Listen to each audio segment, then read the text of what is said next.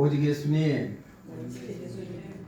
오늘도 거룩하고 복된 주의 날을 맞이하여 주의 전에 나와 예배하고 또 영상을 통하여서 예배하는 여러분들의 심령과 삶 속에 그리스도의 은혜와 평강이 넘치시기를 주님의 이름으로 축복합니다. 오늘 저는 누가복음 1장 46절로 48절 말씀을 통하여서 예수님의 육신의 어머니인 마리아의 신앙이 어떤 신앙인가 하는 제목으로 하나님께서 주시는 은혜를 나누고자 합니다. 오늘 본문의 내용을 보면은 인간이 하나님과 관계가 완전히 단절되어 버려서 죄악에 일러 들어서는 것을 안타깝게 여긴 하나님께서 자기의 외아들인 예수님을 이 땅에 보내셔서 우리를 죄에서 구원시키기 위하여 예수님이 탄생하는 내용에 대해서 누가복음 1장에 쭉 기록되어 있습니다. 그런데 그 육신의 몸으로 오는 것이 하늘에서 뚝 떨어지는 것이 아니고 여자의 몸에서 동정녀 통하여서 탄생된다는 구약의 예언의 말씀이 그대로 성취되는 것이 오늘 본문의 말씀입니다. 오늘 본문의 말씀은 그 처녀의 몸인 마리아에게 천사가 나타나서 너에게 아이가 태어날 것이다, 잉태했다는 얘기를 듣습니다. 그때 처녀는 깜짝 놀랐죠. 왜? 그 당시에는 처녀가 아기를 베면은 돌로 쳐 죽이는 그러한 풍습이었습니다. 그러는데 그 마리아에게 청천벽력 같은 정원한 요셉이라는 남자가 있었지만은 잠자리를 하지 않는 상태에서 어떻게 내가 얘기가 잉태할 수가 있겠는가? 그러는데 그 천사의 말을 듣고 자기의 친족인 엘리사벳 집에 가가지고 그 얘기를 하니까 하나님의 말씀을 듣고 그대로 이루는 자는 복이 있다라는 그 말을 듣습니다. 그때 이 마리아는 복된다는 것을 인정을 하고 그대로 받아들이기로 하면서 오늘 본문 46절 이하에 보면 마리아가 찬양하는 내용이 기록되어 있습니다. 입으로 고백하는 내용입니다. 그 고백을 통하여서 인간의 생각으로는 도저히 이해할 수 없는 일이었지만은 천사의 말을 듣고 그대로 받아들임으로 인해서 복되는 삶을 살아가고 예수님의 육신이 어머니가 되는 그 마리아의 신앙이 어떤 신앙인가 말씀을 통하여 우리가 깨닫고 우리들도 예견치 않는 뜻하지 않는 일들이 있다 하지만은 하나님의 뜻이 그러하다면 그대로 받아들여서 하나님께 영광 돌릴 수 있는 믿음의 사람들이 되시기를 주님의 이름으로 축복합니다. 그러면 그 마리아의 신앙의 첫 번째는 어떤 신앙이냐? 본문 46절 한번 읽어봅니다. 46절 시작. 마리아가 이르되 내 영혼이 주를 찬양하며 내 영혼이 주를 찬양한다. 여기서 찬양이라는 것은 은혜 받는 사람들이 마땅히 나오는 거예요. 세상 사람들은 기분이 좋으면 입에서 흥얼흥얼 나오죠. 그러나 성령의 임재를 체험하는 사람들은 나 같은 죄인을 구원하신 하나님의 은혜에 감사해서 주님을 찬양한다. 찬양이란 성경의 원어의 성경을 보니까 높이다, 찬양하다, 경배하다 라는 의미를 나타내고 있습니다. 마리아는 인간의 생각으로는 도저히 이해할 수 없는 그러한 일을 당했음에도 불구하고 깨달으니까 하나님의 은혜를 알고 내 영혼이 주를 찬양하나이다 라고 주를 찬양했다. 예수님을 찬양하는 신앙이 바로 마리아의 신앙입니다. 마리아는 예상치도 못하는 그런 나같이 천한 사람을 통하여서 인류를 구원한 예수님이 탄생한다는 그 얘기를 듣고 생각해 보니까 너무너무나 감사하고 너무너무 은혜가 크는 거예요. 그러니까 하나님을 찬양했습니다. 은혜 받은 사람들은 하나님께 영광 돌리고 찬양하는 것이 마땅한 것입니다. 마리아가 그리하는 것처럼 우리의 삶이 하나님의 은혜로 내가 구원받았다는 사실 하나로 마음껏 주님을 찬양하고 내가 은혜를 경험했다면 주님을 높이 경배할 수 있는 그러한 믿음의 사람들이 다 되시기를 주님의 이름으로 축복합니다. 이사야 선지자를 통하여서 하나님께서 인간을 지으시는 목적에 대해서 이렇게 예언의 말씀하셨습니다. 이사야서 43장 21절 한번 읽어봅니다. 시작.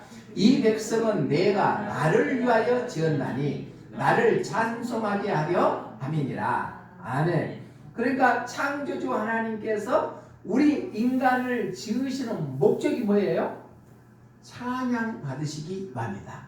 그러니까 우리 피조물은 하나님을 당연히 찬양해야 되는데 예수님을 믿지 아니하는 사람들은 하나님이 인간을 창조했다는 것을 알지 못하니까 찬양 못하지만 우리는 천지 만물을 하나님께서 창조하신 줄로 믿습니다. 믿으시죠? 왜? 창세기 1장 1절에 보서 하나님이 천지를 창조하시리라. 아멘. 창조하시는 목적이, 우리를 지은 목적이 하나님께서 찬송받으시기 위해서 지으셨다. 그러니까 우리는 당연히 하나님을 찬송하는 삶을 사는 것이다. 또 그뿐만 아니라 신약에서도 보면은 사도 바울이 복음을 증거하다가 감옥에 갇혔습니다. 그때 사도 바울과 신라는 감옥에서도 하나님 앞에 기도하고 찬양하는 것을 간수들이 들었다는 것입니다. 우리 사도행전 16장 15절 말씀 한번 읽어봅니다. 시작. 한밤중에 바울과 신라가 기도하고 하나님을 찬송하며 제수들이 듣더라. 아멘. 그러니까 찬양은 입으로 흥얼흥얼 하는 것이 아니라 큰 소리로 찬양해야 될 줄로 믿습니다. 감옥에 있으면서도 하나님 앞에 기도하고 찬송하는 바울과 신라처럼 우리는 어떤 위기야 어려움 속에 있다 할지라도 나를 죄 가운데서 구원해 주시고 언제나 나와 함께 하시는 그 주님께 찬양할 수 있는 믿음의 삶이 되시기를 주님의 이름으로 부탁을 드립니다. 마리아처럼 말입니다. 은혜를 알았기 때문에 마리아는 예수님을 찬양했습니다. 또 그뿐만 아니라 요한계시록 마지막 때도 우리가 하나님의 주의 음성을 듣는 자는 찬송할지어다 했거든. 우리 계시록 19장 5절 한번 읽어봅니다. 시작. 보좌에서 음성이 나서 이르시되 하나님의 종들 곧 그를 경외하는 너희들아 작은 자나 큰 자나 다 우리 하나님께 찬송하라 하더라. 아멘. 하나님의 음성을 듣고 큰 자나 적은 자나 하나님을 경외하는 자는 다 하나님을 찬송하라고 말씀하고 있습니다. 그러니까 창조 때부터 재림 때까지 예수님을 찬양하는 것은 구원받은 하나님의 자녀로서 당연한 것이다. 마리아가 하나님의 은혜를 경험하고 예수님께 찬양하는 것처럼 우리의 삶도 주님을 찬양하는 귀한 삶들이 되시기를 주님의 이름으로 부탁을 드립니다. 찬송가 621장 1절에 보니까 찬양하라 내 영혼아 찬양하라 내 영혼아 온몸과 정성을 다하여 주 찬양하라. 우리가 찬양할 때 마음을 다하고 또한 정성을 다해서 주님을 찬양하는 것이 구원받는 자의 하나님의 삶이다. 마리아가 주님께 찬양하는 것처럼 우리도 어떤 상황에서도 주님을 찬양하는 삶이 되시기를 주님의 이름으로 부탁을 드립니다. 영국에서 큰 유람선이 항해를 하다가 파손이 됐습니다. 그래가지고 여성 12명이 구명보트에 탔습니다. 그런데 구명보트는 노가 없습니다. 그러니까 파도가 치면은 친 대로 흘러가야 됩니다. 구조선이 나타나지 아니하면은 12명이 타는 구명보트는 다 뒤집어서 죽게 됐습니다. 그때 믿음이 있는 한 사람이 이렇게 외쳤습니다. 여러분 이제 우리가 의지할 것은 하나님 한 분밖에 없습니다. 믿음의 징표인 우리 하나님을 찬양합시다. 그러니까 12명의 여자들이 거기에 서서 다 하나님을 찬양하기 시작했습니다. 그런데 망망대해에서 구조선은 보이지 않습니다. 칠흑 같은 어둠이 찾아오고 그 이튿날 날이 밝았음에도 계속 찬양을 하나님 앞에 했습니다. 그런데 안개까지 끼어가지고 앞을 볼 수가 없는데 구조선이 그 바다를 돌아다니면서 구조를 하려고 보니까 캄캄해서 보이질 않습니다. 안개가 다 끼어서 보일 수가 않는데 어렴풋이 찬양 소리가 나는 겁니다. 그래서 그 찬양 소리가 나는 지점을 향해서 구조선이 가서 보니까 12명의 여인들이 주님 앞에 찬양하고 있었다는 겁니다. 그래서 12명이 다 구조를 받았다는 것입니다. 한 사람의 용기 있는 그리스도인이 12명의 여인들의 생명을 구출하게 만들었다. 신앙은 삶의 유기에서 더욱 빛난다. 한번 따라해 볼까요? 신앙은 삶의 유기에서 더욱 빛난다. 신앙은 삶의 위기에서 더욱 빛난다. 어렵고 힘들 때 신앙은 더 빛을 발할 수가 있습니다. 칠흑같이 어두움 속에 있었을 때 조그만 불빛 하나가 더 밝아지는 것처럼 신앙생활하는 사람들은 어렵고 힘든 위기 가운데 더 빛나게 될 줄로 믿습니다.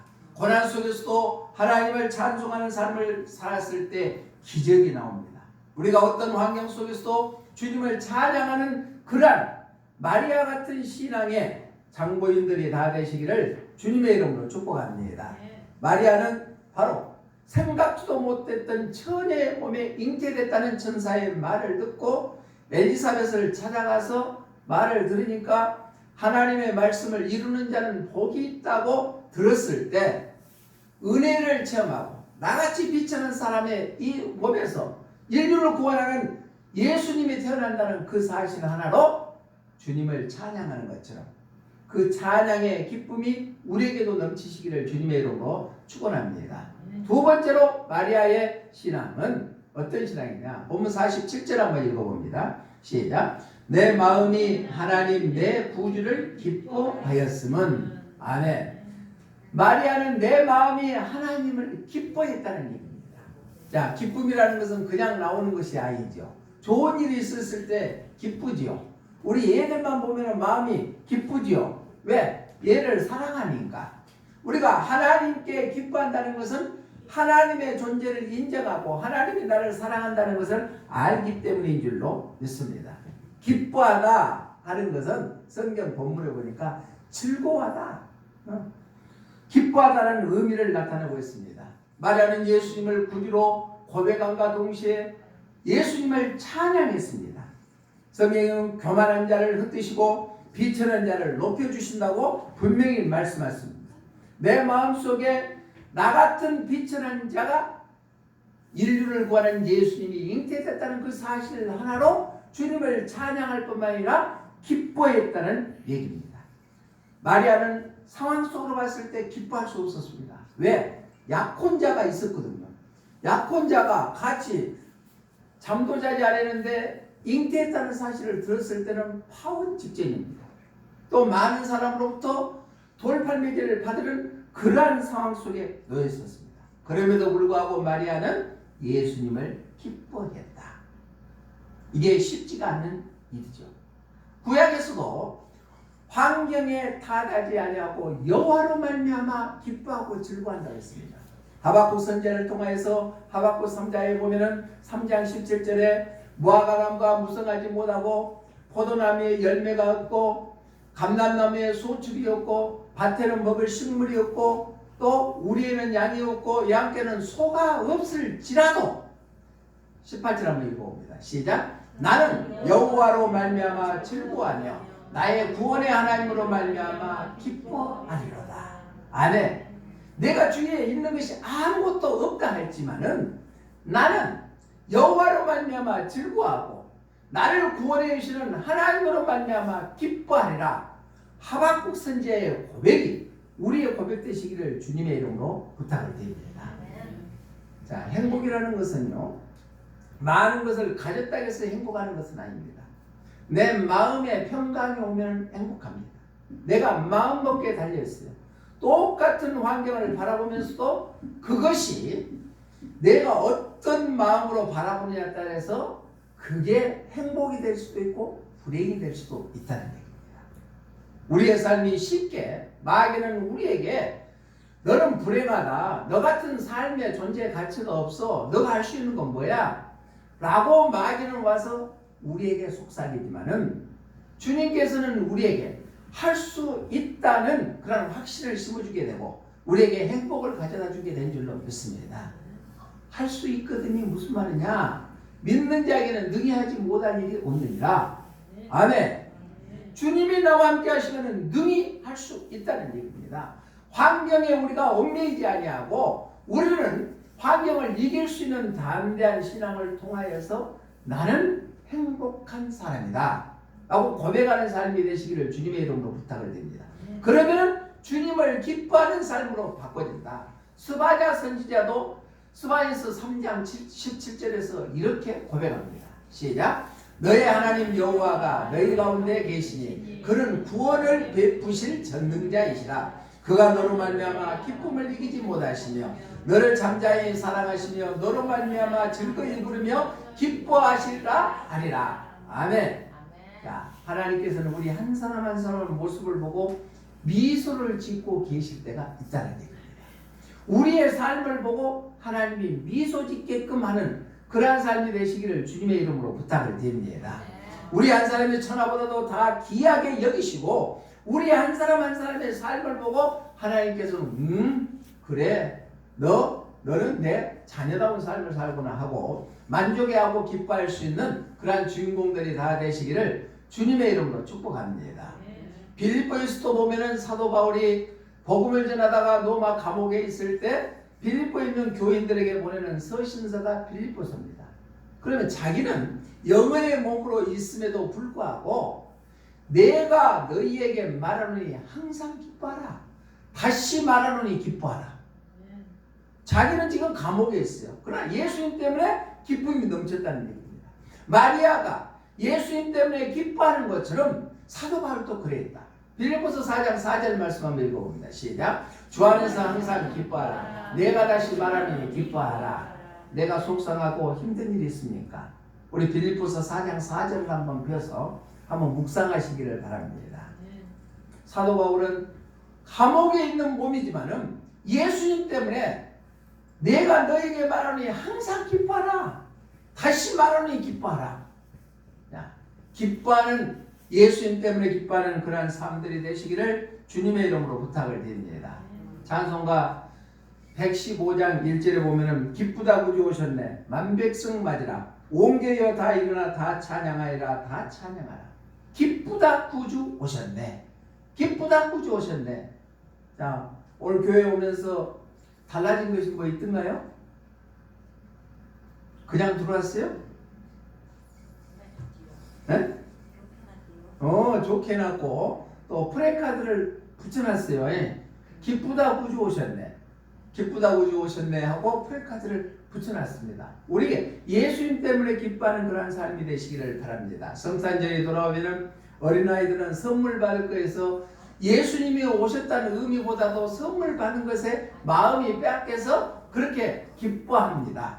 또 파티하고 놀 것을 생각해서 기뻐합니다. 그러나 올해는 성탄절을 맞이해서 오직 예수님의 오심에 기뻐할 수 있는 그러한 성탄절이 되시기를 주님의 이름으로 부탁을 드립니다. 진정 그 예수님은 자기가 태어날 방이 없어서 마리아가 마구간에서 마리사라는 마구간에서 태어났습니다. 자기가 태어날 방아도 없었습니다. 그렇지만은 예수님 때문에 우리는 죄에서 구원받게 된 줄로 믿습니다. 기뻐하는 자만이 천국에서 참된 기쁨을 소유하게 될 줄로 믿습니다. 마리아가 처녀의 몸에 잉태됐다는 소식을 듣고 예수님을 영접하고 또한 찬양하고 그뿐만 아니라 예수님께 기뻐하는 것처럼 우리의 삶도 그러한 삶들이 다 되시기를 주님의 이름으로 축복합니다. 마지막 세 번째로 마리아의 신앙은 첫 번째로 주님을 찬양했고 두 번째는 주님으로 인해서 기뻐했고 세 번째는 우리 본문 48절 한번 읽어봅니다. 시작. 그의 여종의 비천함을 돌보셨습니다. 보라 이제 후로는 만세에 나를 복이 있다 일컬으로다. 아멘. 하반절을 보니까 만세에 나를 복이 있다 일컬으로다. 자, 이 말씀은 뭐냐? 마리아가 나는 복받는 사람이다 라고 인정해야겠다는 얘기입니다. 사랑하는 성도 여러분, 우리는요 어떤 복보다 가장 큰 복이 무엇이냐? 죄에서 구원받았다는 사실. 저주에서 풀려났다는 사실.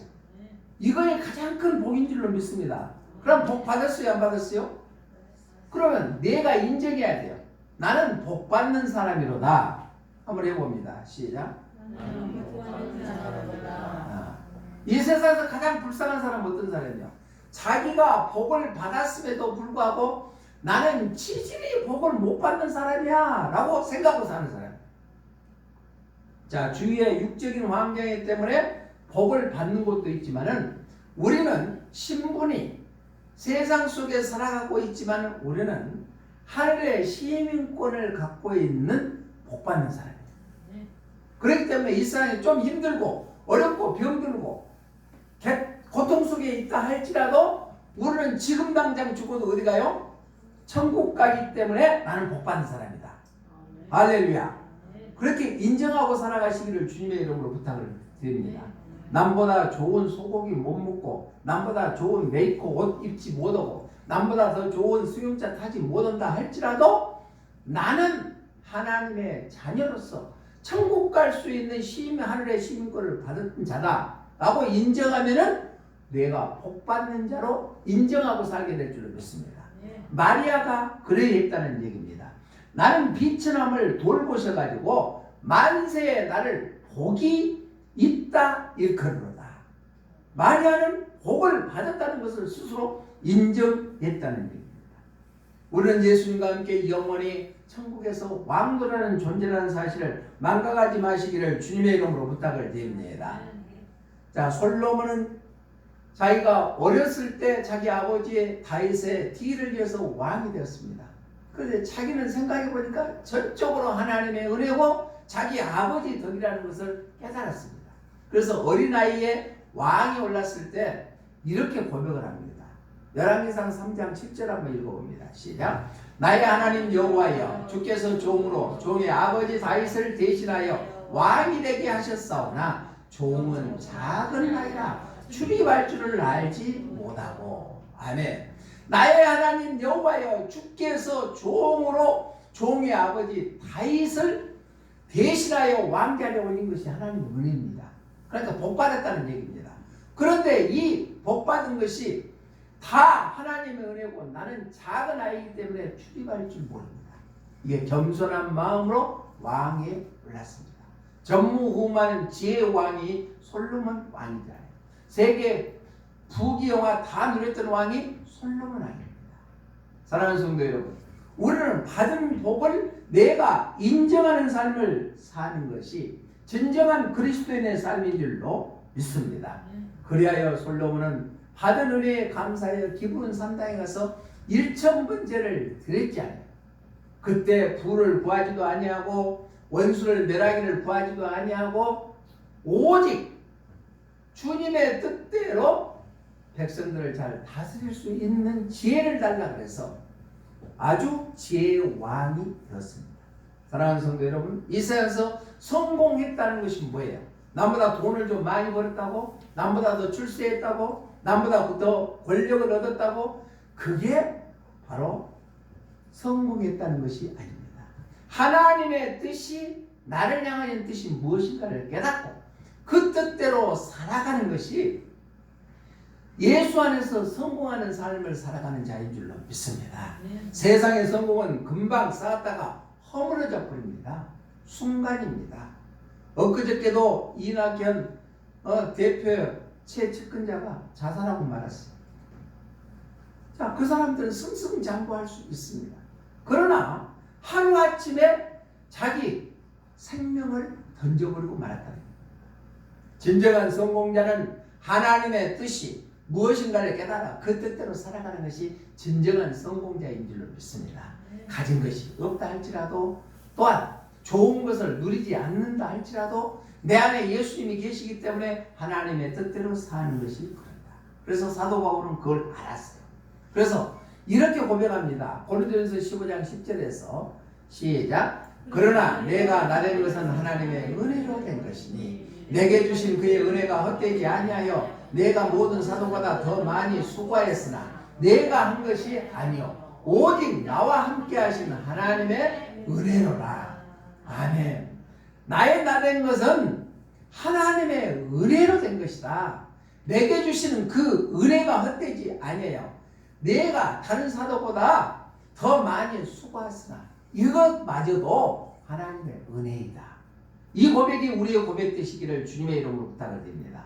그러면 은혜가 있는 곳에는 은혜가 있는 거예요. 현재 은혜를 생각하고 사는 것이 자가 가장 축복된 자다.